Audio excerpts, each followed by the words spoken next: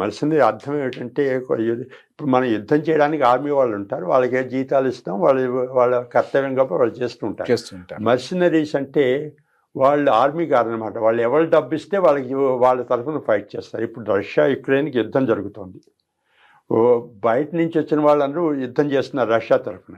రేపు యుక్రెయిన్ వాళ్ళు వచ్చి మేము ఎక్కువ ఇస్తామంటే యుక్రెయిన్ తరఫున చేస్తారు. వాళ్ళకి ఎవరు గెలిచారు, ఎవరు ఓడిపోయారు నాకు అవసరం లేదు.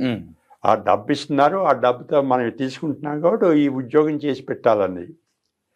నేను నా కెరియర్ 40 ఏళ్ళని వెనక్కి చూస్తే నేనేదో జీతం తీసుకుంటే ఏ ఉద్యోగం వచ్చినా నా స్తోమత ప్రకారం కష్టపడి చేశాను, నా సాధ్యమైనంత వరకు చేశాను.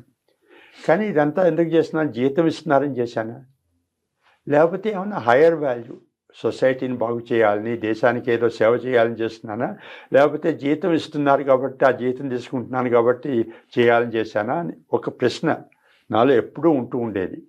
ఈ పుస్తకం రాసినప్పుడు కూడా ఆ ప్రశ్నే ఉండింది. నేను జవాబు చెప్పలేదు, కానీ పుస్తకం చదివిన వాళ్ళు చెప్పుకోవాలన్నమాట, ఇది ఆయన మర్సనరీయా కాదా అని. అందుకనే నాకు ప్రశ్న మార్క్ కూడా ఉంది. చూడండి మీరు దాన్ని. అవునండి, క్వశ్చన్ మార్క్ ఉంది.